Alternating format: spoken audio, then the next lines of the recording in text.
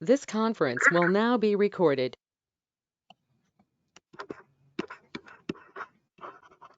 Transaction price के अंदर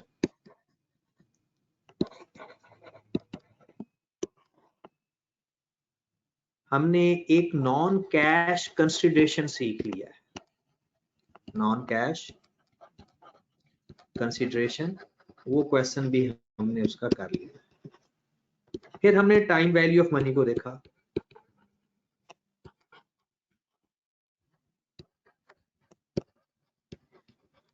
time value of money हमने फिलहाल इसके दो टाइप के क्वेश्चन किए हैं और बाकी एक पास पेपर का सवाल है और एक राइट टू रिटर्न वाला सवाल है, वो हम साथ ही इकट्ठे डिस्कस करेंगे।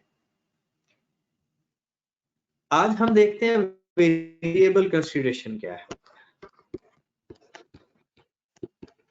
वेरिएबल कंसीडरेशन का मतलब ये है कि आपने जो चीज सेल की है वो वेरिएबल हो सकती है। ठीक है, वेरिएबल कंसीडरेशन एक लेंथी टॉपिक है क्योंकि इसके अंदर काफी डिफरेंट चीजें डिस्कस करेंगे हम, लेकिन इसके साथ ही हमें कुछ और चीजें भी साथ साथ डिस्कस करते जाएंगे ताकि ज्यादा थ्योरेटिकल पोर्शन हो जाए तो आपकी बोरियत बढ़ जाती है। तो आप एक सवाल लिखें, सवाल के साथ हेडिंग दे दें कि एक सवाल इस तरह का भी पेपर में आ जाता है, sale with service agreement. Sale with service agreement. Variable consideration से पहले हमने कल बात की थी जाते जाते पॉइंट इन टाइम और पॉइंट ओवर टाइम की। उसकी ये एक बेस्ट एग्जांपल है। पहले मैंने कहा सोचा कि पहले वो उसको क्लियर कर दे फिर बाकी चीजों पे आएंगे। पॉइंट इन टाइम का मतलब आज भी आप लोगों ने इसको डिस्कस किया कि ऐसी परफॉर्मेंस जो जैसे ही हो हम उसका रेवेन्यू रिकॉर्ड कर देते हैं, मतलब ये उसी वक्त परफॉर्म हो जाता है। ऐसा कॉन्ट्रैक्ट जिसकी performance obligation at the spot perform हो जाए, हम उसे कहते हैं पॉइंट इन टाइम, और उसका रेवेन्यू भी उसी वक्त रिकॉर्ड कर दिया जाता है। दूसरा होता है point over time. Point over time मतलब आपकी जो परफॉर्मेंस ऑब्लिगेशन है वो उसी टाइम तो परफॉर्म नहीं हो रही या कुछ उसी टाइम परफॉर्म हो रही है और बाकी डिले हो रही है ओवर द टाइम पीरियड या अंडर सम अदर कंडीशंस। जैसे अभी मैंने ऊपर लिखा सेल विद सर्विस एग्रीमेंट।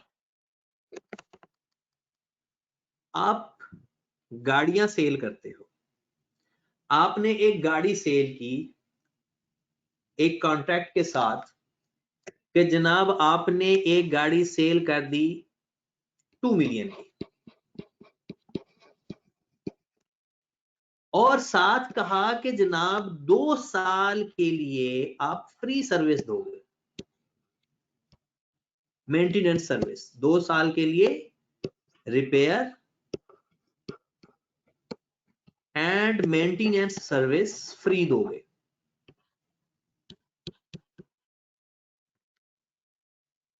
आपकी परफॉर्मेंस ऑब्लिगेशन इस क्वेश्चन में दो है, एक गाड़ी और दूसरी उसकी सर्विस। अब जरा गौर फरमाइएगा, जैसे ही हम उसको गाड़ी बेचेंगे क्या 2 सालों की सर्विस और रिपेयर और मेंटेनेंस भी करके दे देंगे? हरगिज नहीं। हम गाड़ी दे देंगे जैसे 6 महीने हो गए, 1 साल हो गया, 3 महीने हो गए, जैसे उसको लगेगा कि उसकी गाड़ी को सर्विस या मेंटेनेंस की जरूरत है वैसे वो हमारे पास आएगा और हमसे रिपेयर करवाएगा। ऐसा भी पॉसिबल कि वो आए ही ना, तो हम क्या करेंगे, गाड़ी से रिलेटेड जो रेवेन्यू होगा हम उसको पॉइंट इन टाइम रिकॉग्नाइज कर लेंगे। मतलब जैसे ही उसको गाड़ी प्रोवाइड करेंगे वैसे ही हम अपना रेवेन्यू रिकॉग्नाइज कर लेंगे। लेकिन जो सर्विस का रेवेन्यू है वो हम पॉइंट ओवर टाइम रिकॉग्नाइज करेंगे, जैसे वो सर्विस करवाने आएगा या टाइम गुजर जाएगा। मतलब अगर 2 साल गुजर गए हैं वो आया ही नहीं, तो हम 2 साल का अपना रेवेन्यू रिकॉर्ड उसके बाद कर देंगे, या जैसे वो सर्विस करवाने आया हमने सर्विस करने के बाद उसका रेवेन्यू रिकॉग्नाइज कर लिया। तो that is point over time, right. एक सवाल करते हैं, अच्छा सवाल है, आप क्वेश्चन लिखें जरा काइंडली जी। क्वेश्चन की हेडिंग अगर आपने देनी है तो सेल सर्विस एग्रीमेंट दे लें, या पॉइंट इन टाइम और पॉइंट ओवर टाइम की एग्जांपल के तौर पर दे लें। जी क्वेश्चन ये है कि PQ company sold a car for rupees, कितने की गाड़ी बेचनी है, 2500,000 with 2 years free repair and maintenance service।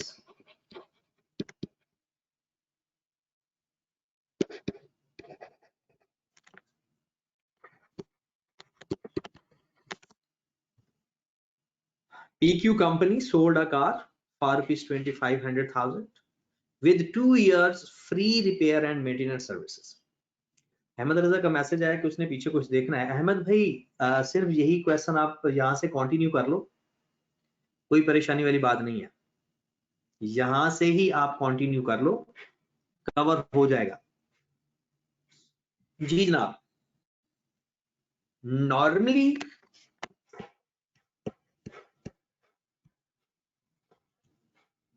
PQ company charge profit 20% markup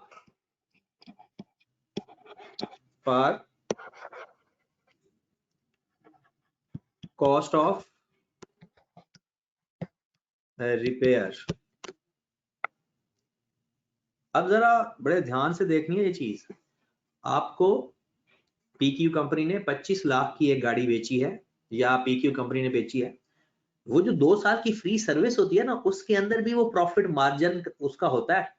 हमें लगता है, बाहर की दुनिया को लगता है कि वो फ्री सर्विस दे रही है, वो फ्री सर्विस का जितना कॉस्ट, जितनी कॉस्ट आ रही होती है उसके ऊपर वो अपना एक प्रॉफिट मार्जिन रखकर, मतलब वो डबल बिजनेस से प्रॉफिट कमा रही होती है, एक गाड़ी की सेल से, एक गाड़ी की सेल से, और दूसरा वो जो रिपेयर और मेंटेनेंस की सर्विस दे रही है उससे भी। तो आप लिख रहे फिर cost of repair and maintenance, cost of repair and maintenance is rupees 80,000 per annum।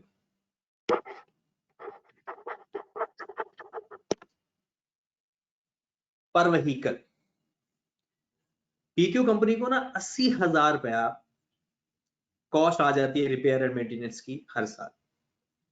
आप मुझे कोई बता सकता है कि वो गाड़ी की कीमत में उसने कितनी वैल्यू ऐड की होगी रिपेयर और सर्विस के नाम से, 80,000 या इसमें 20% ऐड करके? सर 80,000 का 20% उसने एक्स्ट्रा ऐड किया होगा। 80,000 100% है तो बिल्कुल ठीक हो गया, वही एलोकेशन वाली बात आ गई। अब जरा गौर फरमाइएगा, इसकी एलोकेशन डायरेक्ट हो जाएगी। पेपर में अगर वो कहता है ना 5 स्टेप मॉडल अप्लाई करें, तो तब तो हम 5 स्टेप मॉडल अप्लाई करेंगे, ठीक है, और मैं इसकी जनरल एंट्री आपको पास करवाता हूं।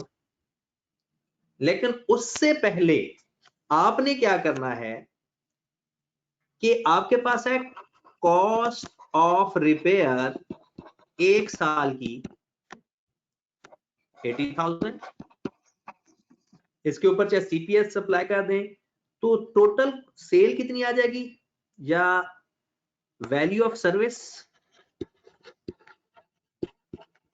रिपेयर सर्विस करवाने पे 80,000 डिवाइडेड बाय 100 मल्टीप्लाइड बाय 120, करो जरा कितनी अमाउंट आ गई। 80,000 divided by 100 multiplied by 120, 96,000 multiplied by 2। कोई बता सकता है 2 से मल्टीप्लाई क्यों किया? 2 साल के लिए सर्विस, 2 साल के लिए सर्विस देनी थी, 80,000 1 साल की अमाउंट है। तो अब हमें एलोकेट भी करने की जरूरत नहीं है, हमें 25 लाख में 192,000 सर्विस के पैसे हैं, बाकी के पैसे गाड़ी के हैं। यानी अगर हम रेवेन्यू स्प्लिट करना चाहें, एलोकेट करना चाहें, एलोकेट अब हो चुका है। मैं अगर स्टेप नंबर 1 आप करोगे तो हम कहेंगे PQ company contract with customer,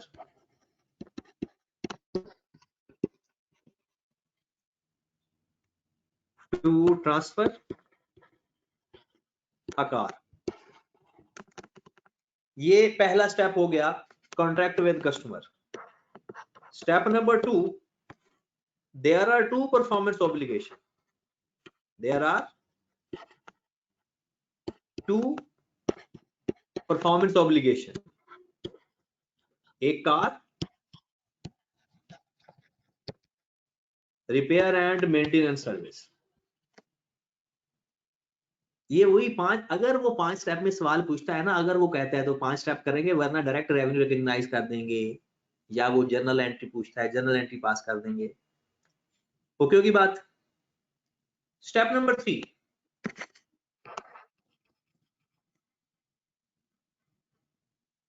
जी मेरे भाई, तीसरे स्टेप में हम क्या करेंगे, ट्रांजैक्शन प्राइस बताएंगे। कितनी है ट्रांजैक्शन प्राइस? जी मेरे भाई 25,100,000।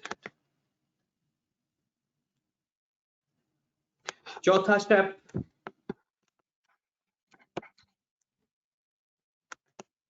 हमारे पास परफॉर्मेंस ऑब्लिगेशन कार की है, रिपेयर सर्विस किया। क्या करोगे, ये डायरेक्ट एलोकेट करने की भी जरूरत नहीं है, क्योंकि एलोकेशन तब आती है कि जब उनकी स्टैंड अलोन सेलिंग प्राइस कुछ और हो, ओवरऑल हम कुछ और पैसों में दे रहे हो। ये तो सीधा सीधा है, इसका सीधा सीधा रेवेन्यू डायरेक्ट आ रहा है। 2500 में से 192 माइनस किया, 2308 रेवेन्यू आ जाएगा गाड़ी का, 192,000 रेवेन्यू आ जाएगा सर्विस का। ये चौथा स्टेप था हमारा।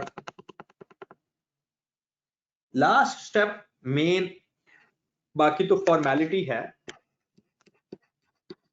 पांचवा step, how the revenue will be recognised, how the revenue will be recognised. तो लाइन लिख लीजिए, ये आपने लाजमी लिखना है, revenue will be recognised, revenue will be recognized rupees, बल्कि related to car rupees 2308 point in time, as car transferred to customer, जैसे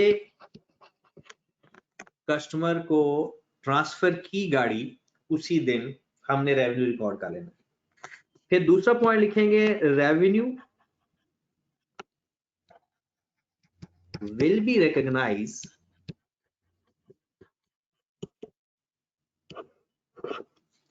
related to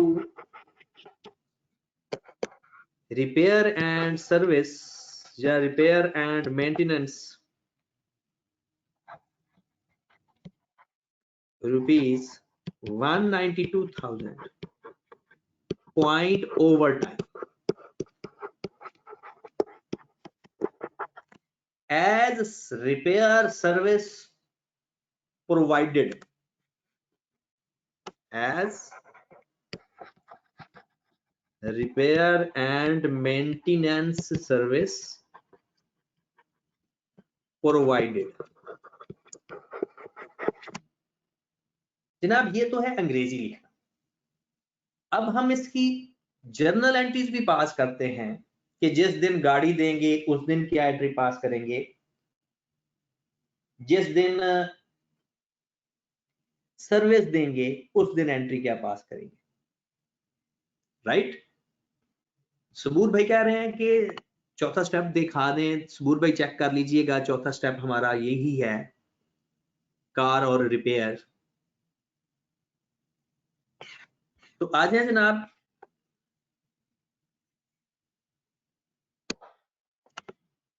नेक्स्ट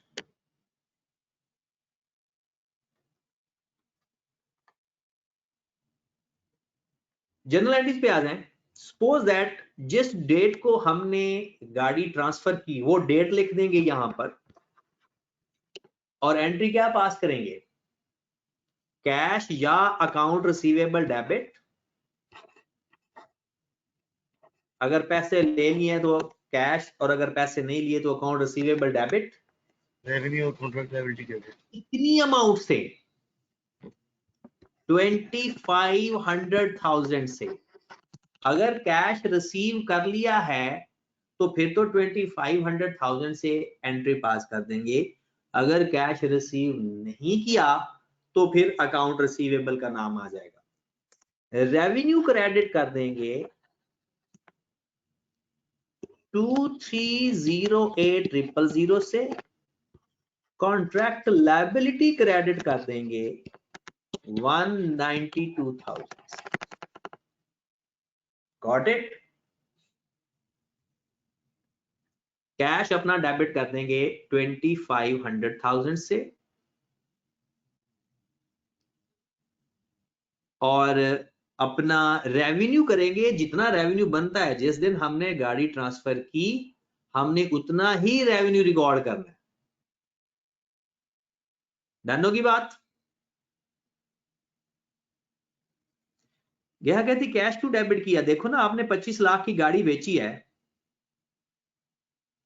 अगर आपने 25 लाख की गाड़ी बेची है तो 25 लाख आपको आएंगे ना। आपने उसकी सर्विस भी करवानी है और 2 सालों के लिए, तो रेवेन्यू आपने जो गाड़ी का रेवेन्यू था 2308 से कर दिया, और जो बाकी है वो कॉन्ट्रैक्ट लायबिलिटी है। ये उधार पे थोड़ी बेची है गाड़ी आपने। ठीक है जनाब। फिर ईयर एंड पे, फर्स्ट ईयर के एंड पे, फर्स्ट ईयर एंड, अगर वो सर्विस वो करवाने आ गया तो ठीक है, नहीं करवाने आया फिर भी रेवेन्यू रिकॉर्ड कर देंगे, क्योंकि 1 साल गुजर चुका है। जब 1 साल एक्सपायर हो जाएगा ना, हम क्या करेंगे, एक एंट्री पास करेंगे, contract liability debit, contract liability या डेफर्ड इनकम भी इसे कहते हो, डेबिट, सर्विस इनकम या सर्विस रेवेन्यू क्रेडिट। कितनी अमाउंट से भला, 96,000 से। चाहे अगर वो बंदा सर्विस करवाने आ गया तो एक और एंट्री पास होगी, वो मैं अभी पास करवाता हूं। अगर वो सर्विस करवाने नहीं आया तो हम फिर भी अपना 1 साल की लायबिलिटी खत्म कर देंगे, क्योंकि चाहे वो आया है या नहीं आया, हमारा 1 साल का काम खत्म हो गया। हाँ, अगर वो वाकई आ गया सर्विस करवाने तो हम एक और एंट्री पास करेंगे, cost of service debit 80,000, cash credit 80,000। लो जी, ये जरा ध्यान से चीज देखिएगा, पहले साल के एंड पे हमने ऊपर वाली एंट्री तो पास करनी है, क्योंकि 1 साल एक्सपायर हो गया, 1 साल गुजर गया तो हमने वो एंट्री पास कर देंगे। डन। अब अगली एंट्री कब पास करनी है? अगर वो सर्विस करवाने आया है तो फिर तो हमारा कॉस्ट लग जाएगी ना, तो cost of service debit cash credit. दोबारा देखिएगा, हमने 25 लाख की गाड़ी बेची, गाड़ी का रेवेन्यू उसमें था 2308 और उसकी कॉस्ट थी 192,000, यानी जो सर्विस की इनकम थी। पहला साल गुजरा, हमने, आपने याद, कुछ लोग 80,000 के बारे में पूछ रहे हैं, मेरे भाई अभी ये काम करके आए हैं, क्वेश्चन का 80,000 ये देखें, 80,000 थी कॉस्ट ऑफ रिपेयर 1 साल की, उसके ऊपर वो 20% मार्कअप ले रहा था, तो वो निकला था 96,000। ये 96,000 को 2 साल से मल्टीप्लाई किया तो 192,000 बना था। ठीक है, अब्दुल मुईज का सवाल भी बड़ा मजेदार है। सेकंड ईयर के एंड पे आए, अब सेकंड ईयर के एंड पे दूसरा साल का भी अपना रेवेन्यू रिकॉर्ड कर देंगे। 1 मिनट में आपकी तरफ आता हूं, पहले सवाल पूरा कर लेने दीजिए। कॉन्ट्रैक्ट लायबिलिटी 96,000 से डेबिट और सर्विस रेवेन्यू क्रेडिट।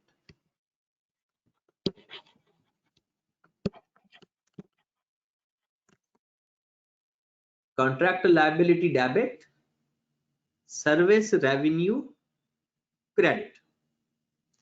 और अगर वो रिपेयर हुई है, अगर रिपेयर नहीं हुई, वो कहता है जी रिपेयर करवाई नहीं उस बंदे ने, तो इसका रेवेन्यू रिकॉर्ड नहीं, इसकी कॉस्ट की एंट्री नहीं पास करेंगे। लेकिन अगर वो वाकई ही करवाने आ गया सर्विस, तो हमारा खर्चा हुआ, तो हम एंट्री क्या पास करेंगे? Cost of service debit, cash credit. अब अब्दुल मुईज का सवाल है कि सर वो अगर एक ही साल में 2 दफा सर्विस करवाने आ जाए, मेरे भाई चाहे वो 10 दफा सर्विस करवाने आए, कंपनी ने ये एक एस्टिमेटेड एवरेज कॉस्ट बनाई हुई है कि जनाब नॉर्मली जो गाड़ियां रिपेयर करने के लिए आती हैं, हर गाड़ी के ऊपर 80,000 का नॉर्मली खर्चा आता है, इसलिए वो एवरेज एक्सपेंस को बुक कर रहा है। क्योंकि बात, चाहे वो 1 साल में 2 दफा है, 3 दफा है, 10 दफा है, कोई मसला नहीं है। क्योंकि बात, अब बारी बारी अपने सवाल पूछिएगा काइंडली, ताकि मैं क्लियर करता जाऊं। अली हसन का सवाल है कि इंट्रास्टेट एक्सपेंस का फिक्स आ रहा है क्यूएम में, जैसे नहीं, ये वो चीज नहीं है जो आप कह रहे हो।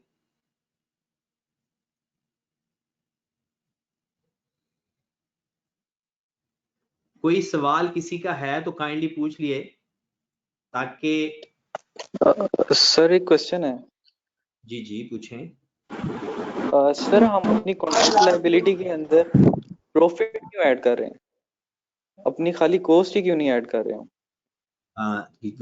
गुड हो गया। देखे ना, आपने जितना पैसा किसी से लिया होगा, आपकी लायबिलिटी उतनी होगी या कम होगी?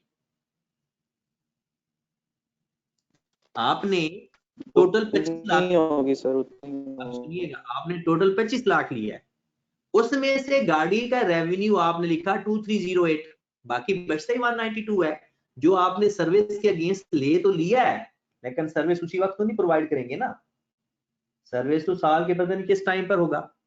तो इसलिए दुर्योधन का सवाल है कि सर 80,000 कहां से आया? अपने सवाल देखा है अपना, क्वेश्चन आप चेक करें, आपको पता चल जाएगा कि 80,000 कहां है। स्क्रीन पे शो हो रहा है 80,000 अब?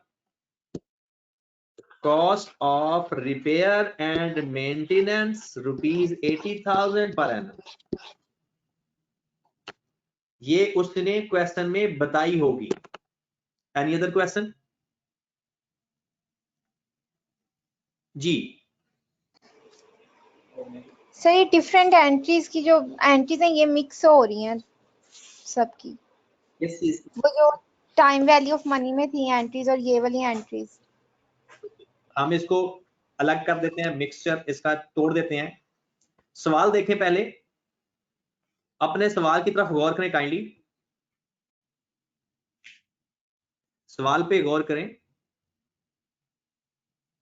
जी सर। देखिएगा कि जब आपने एक टाइम वैल्यू ऑफ मनी में सवाल की नेचर क्या थी, उसकी सवाल की नेचर ये थी कि हमारे पास एक अमाउंट है, मतलब आपने 2 लाख रुपया आज रिसीव कर लिया और गुड्स आपने 2 साल बाद देनी है, आफ्टर 2 इयर्स पर गुड्स देनी है। वो सिर्फ एक ही अमाउंट है और इसके ऊपर ही इंटरेस्ट आएगा। इस सवाल के अंदर सवाल ये है, शायद हमने 2 साल ले लिए, शायद आप इसमें परेशान हो गई हैं। सवाल ये है कि एक गाड़ी आपने 25 लाख की बेची है और आपने उनसे वादा किया है कि 2 साल की, 3 साल की या 4 साल की आप सर्विस भी साथ देंगी फ्री में। कस्टमर को आपने फ्री कहा है, लेकिन जो इंटरनल डाटा है आपको पता है इस चीज का, कि आपको पता है कि जनाब इस 25 लाख के अंदर आपने 192,000 सर्विस का पहले ही ले लिया। जो आप उसको फ्री का नाम कह रहे हो, उसमें सर्विस का पैसा पहले ले लिया। अब आप मुझे बताएं कि गाड़ी और सर्विस के पैसे आपने ले लिए, लेकिन जब हम रेवेन्यू रिकॉर्ड करेंगे तो सर्विस उसी वक्त तो नहीं दे देंगे ना। रिपेयर आप नई गाड़ी को तो नहीं करने शुरू कर देंगे, गाड़ी आप पहले दे दोगे, उसका रेवेन्यू पहले रिकॉर्ड कर देंगे। सर्विस जैसे प्रोवाइड करेंगे या टाइम लैप्स होगा, उससे रिलेटेड इनकम तब रिकॉर्ड करेंगे। That is sale and service agreement. और पहले वाला सवाल था टाइम वैल्यू ऑफ मनी में, तो एक ही वैल्यू है, उसके ऊपर ही इंटरेस्ट लेते रहते थे। कुछ नूरमा का मैसेज आ रहा है कि अनकंडीशनल का मतलब क्या है। देखिए अनकंडीशनल अभी हमने वो पढ़ना है कि अगर कोई हमारे पास ऐसी चीज, कोई ऐसा एग्रीमेंट होता है जो उसके ऊपर कुछ कंडीशंस होती हैं या बगैर कंडीशन के हम कुछ गुड्स प्रोवाइड करते हैं, वो हमारा एक टॉपिक है, पूरा कॉन्सेप्ट है, हम उसके ऊपर काम करेंगे। ठीक है, चले जी आगे चलते हैं,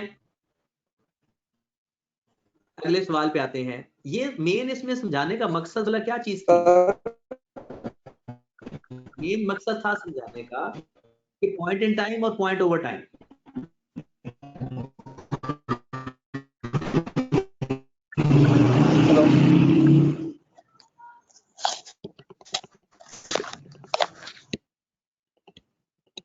रणवीर भाई आप जिस जगह पर बैठे हो ना, आपकी आवाज सही नहीं आ रही, इसलिए मैसेज तो किया जा सकता है, माइक आप ऑन नहीं कर सकते, आवाज बड़ी अजीब अजीब सी आती है। चले जनाब, ये तो था सेल विद सर्विस एग्रीमेंट।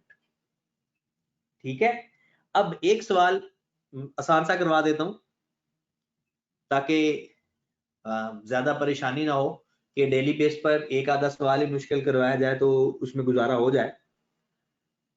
और वैसे भी कोशिश करेंगे कि IH23 अगर जल्द। रणवीर भाई आपकी आवाज मुझ तक पहुंचते पहुंचते बड़ी अजीब हो जाती है। ठीक है, इसलिए आप मैसेज कर सकते हैं या अपना क्वेश्चन नोट कर लें, फिजिकली पूछ लेना। एक सवाल आता है बिल एंड होल्डिंग एग्रीमेंट का।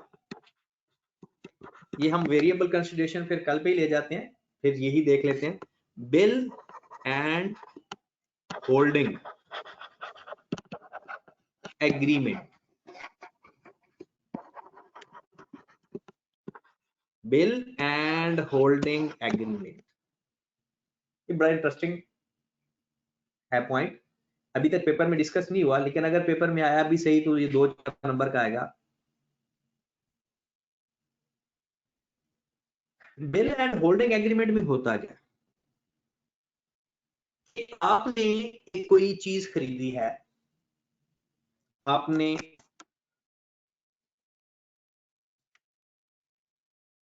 हाफिज नोमान शहजाद कह रहे हैं कि कार की कॉस्ट एंट्री पास करनी थी। हाफिज साहब ये हम गाड़ी बेच रहे हैं, खरीदेंगे तो हमारी गाड़ी बनेगी, ये हमारी इन्वेंट्री थी, हमने अपनी इन्वेंट्री सेल की है, your stock not your asset. ठीक है हाफिज साहब, चलें जी। Bill and holding agreement, suppose that आपने 2000 यूनिट्स खरीदे, ये बस पहले सिनेरियो समझे फिर इस पे बात करते हैं। 2000 यूनिट्स खरीदे, लेकिन आपने देखा कि आपके पास तो इसकी जगह ही अवेलेबल नहीं है 2000 यूनिट्स रखने की।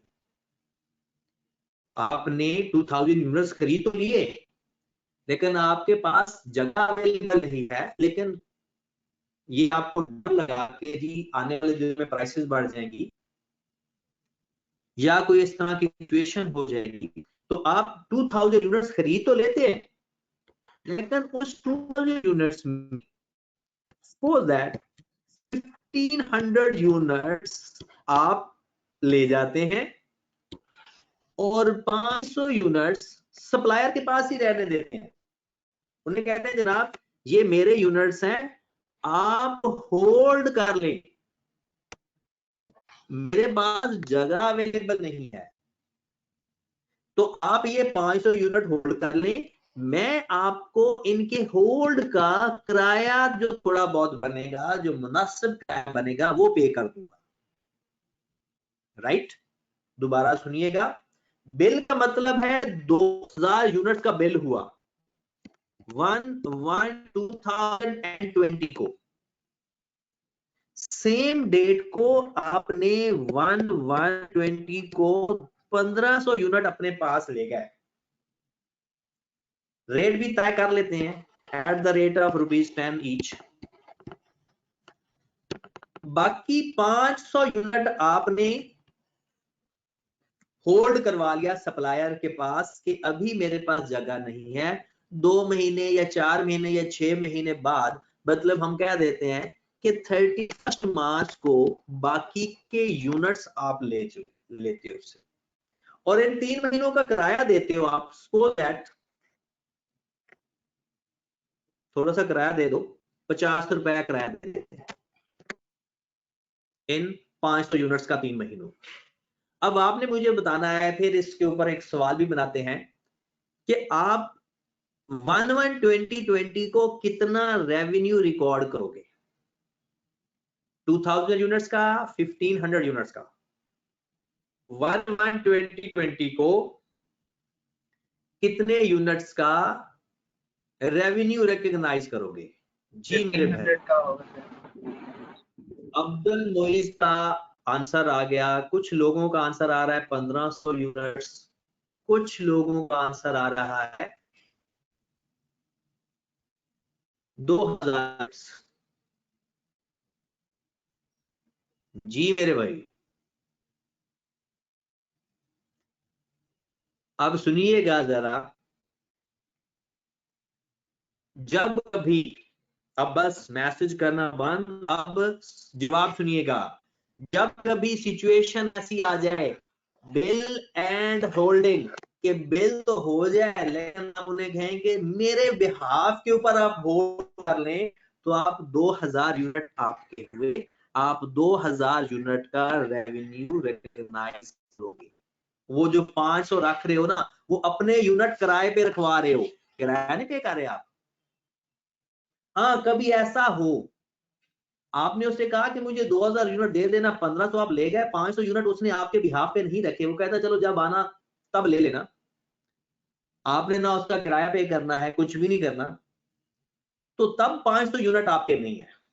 लेकिन अगर आपने उसका बिल करवा लिया, पैसे दे दिए और उसको कहा कि मेरे पास जगह अवेलेबल है, मेरे बिहाफ के ऊपर रख लें, तो वो आपका रेवेन्यू रिकॉर्ड हो जाता है। एक तरह का वो आपने गोदाम में किराए के ऊपर रखवा दिया यूनिट्स। तो अगर बिल हो जाए और आप सिर्फ होल्ड इस पर्पस के लिए करवाओ कि बाद में आपने ले लेने हैं, और वो आपके यूनिट वो सेग्रीगेट करके रख दे, अलग करके रख दे, तो हम कहते हैं कि आपके वो यूनिट आपके ही हैं, वो सिर्फ होल्डिंग एग्रीमेंट में रख रहा है। मेन क्या है? होल्डिंग एग्रीमेंट, कि वो आपके बिहाफ के ऊपर होल्ड कर रहा है। तो जनाब एक छोटा सा सवाल लिखें।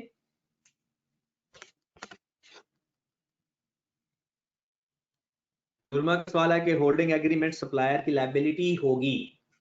नहीं, सप्लायर के लिए वो इनकम है, उसकी कोई लायबिलिटी नहीं है। सप्लायर की तो रेंटल इनकम हो जाएगी ना, हम जो उसको रेंट पे करेंगे वो एक्सपेंस हो जाएगा, और जो उसके लिए वो रेंटल इनकम हो जाएगी सप्लायर के लिए, और बाकी रेवेन्यू अपना रिकॉर्ड उसी वक्त कर लेगा जिस दिन हमने।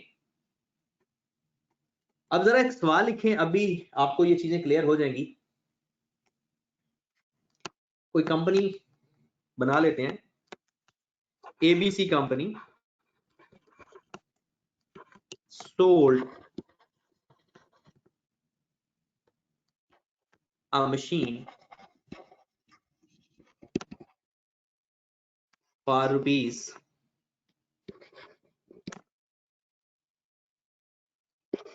400,000 with spare parts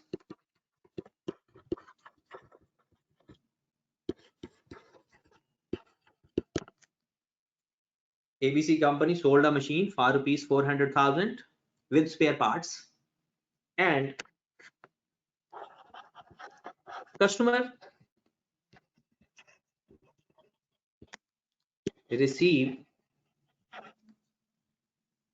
machine but ABC company hold the spare parts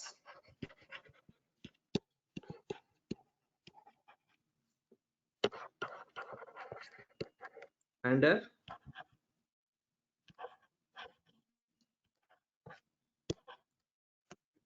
holding agreement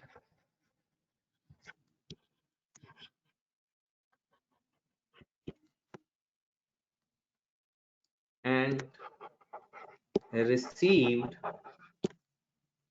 holding rent rupees 10,000। जी जनाब, एबीसी कंपनी ने मशीन सेल की और साथ ही स्पेयर पार्ट सेल किए 4 लाख में, लेकिन कस्टमर मशीन तो ले गया, लेकिन उसने होल्डिंग एग्रीमेंट के तहत कि जनाब ये चीज आप अपने पास रख लें, कोई टाइमिंग का इशू या कोई भी वजह, तो 10,000 हम उसका आपको रेंट दे देंगे और आपसे ये चीज उठा लेंगे। अब हमने जो अपना रेवेन्यू रिकॉर्ड करना है related to machine and spare parts, जिस दिन बिल हुआ, मतलब जिस दिन वो मशीन ले गया, तो हम समझेंगे स्पेयर पार्ट्स भी वो ले गया, हमारे पास उसने किराए के तौर पे रखवा दिए हैं कि ये मेरी चीज रख लो एज अ अमानत या एज अ रेंट, तो हम आपको पैसे दे देंगे और ये चीज ले जाएंगे। तो हमारा जो रेवेन्यू है वो 4 लाख है, और ये जो 10,000 है दैट इज रेंटल इनकम या other income, that is rental income या अदर इनकम। इसका सोल्यूशन देख लें कि आपका सोल्यूशन किस तरह से लिखोगे। क्या हम लिखेंगे? Revenue will be recognise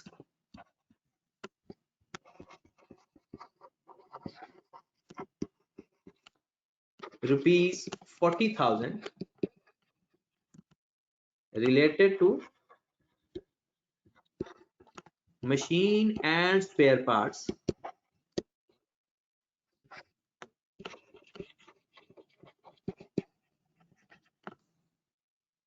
point in time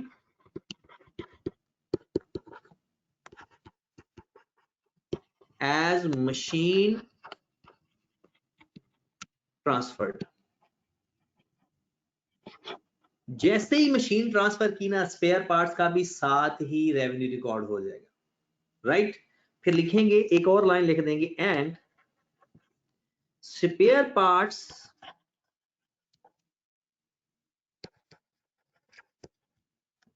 holding या स्पेयर पार्ट्स रिटेन। ये 40,000 है या 4 लाख है जो रिकॉग्नाइज किया आपने? 40,000 है या 4 लाख है, जितनी भी अमाउंट है, 4 लाख जितनी भी अमाउंट है। Spare parts retain under holding agreement. हमने स्पेयर पार्ट्स जो अपने पास रखे हुए हैं वो अंडर होल्डिंग एग्रीमेंट रखे हुए हैं, and ₹10,000 recognize as rental income। हमने सारी की सारी इनकम उसी वक्त ही रेवेन्यू अपना रिकॉर्ड कर लेना है जिस दिन हमने अपनी गुड्स यानी मशीन ट्रांसफर की, क्योंकि स्पेयर पार्ट्स भी उसने उसी दिन लेकर जाने थे, लेकिन किसी वजह से उसने कहा है कि आप होल्ड कर लें, कि हो सकता है उनके पास इतनी जगह अवेलेबल ना हो कैरियर के अंदर, हो सकता है आगे जगह अवेलेबल ना हो, कोई भी वजह हो सकती है। तो कहते हैं कि अगर आप बिल और होल्डिंग एग्रीमेंट करोगे ना, तो आप रेवेन्यू उसी वक्त सारा रिकॉर्ड कर दोगे, और जो होल्डिंग एग्रीमेंट के तहत अगर कुछ पैसे मिलते हैं वो आप रेंटल इनकम के तौर पर रिकॉर्ड कर दोगे। ओके होगी भाई। तो ये आज हमने सिर्फ 2 सवाल किए हैं, एक सेल विद सर्विस एग्रीमेंट और एक बिल एंड होल्डिंग एग्रीमेंट। आपका बिल एंड होल्डिंग एग्रीमेंट का सवाल जो है वो आपकी, आप लिखिए जरा काइंडली। वो क्वेश्चन नंबर है आपका, इसमें मिलेगा आपको असाइनमेंट में, पेज नंबर 16,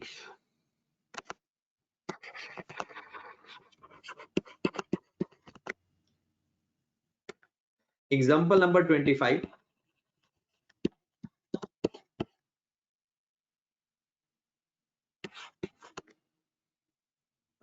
सवाल पूछा जा रहा है कि सर इसकी रिक्वायरमेंट कैसे होगी। रिक्वायरमेंट क्या होगी? How the revenue will be recognised according to IFRS 15। How the revenue will be recognised according to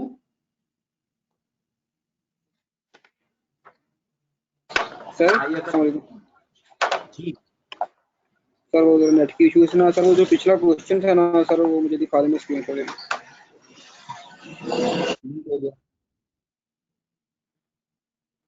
अपना एक क्वेश्चन ये लिख लें, दूसरा क्वेश्चन है आपका सेल विद सर्विस एग्रीमेंट का।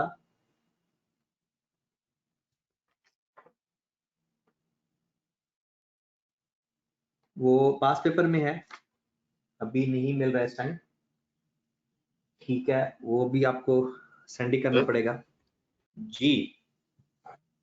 ये जो आपने क्वेश्चन लिखवाया इसमें आपने ये लिखवाया कि एबी कंपनी होल्ड है, तो सर ये होल्ड क्यों करती है कंपनी?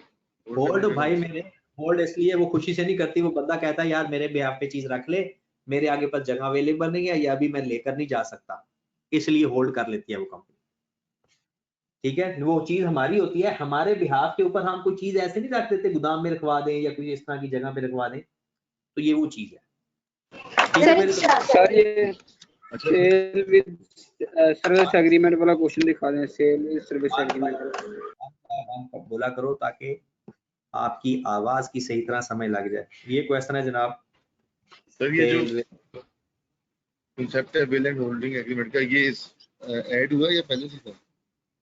पहले से था, पहले भी था, सर अगर ये रेंटल इनकम जो है वो पूरे साल की होगी, फिर भी हम इसको पॉइंट इन टाइम ही में कंसीडर करेंगे, मतलब कि अगर मतलब एक साथ हम उसको रिकॉग्नाइज कर लेंगे बिल एंड होल्डिंग एग्रीमेंट में।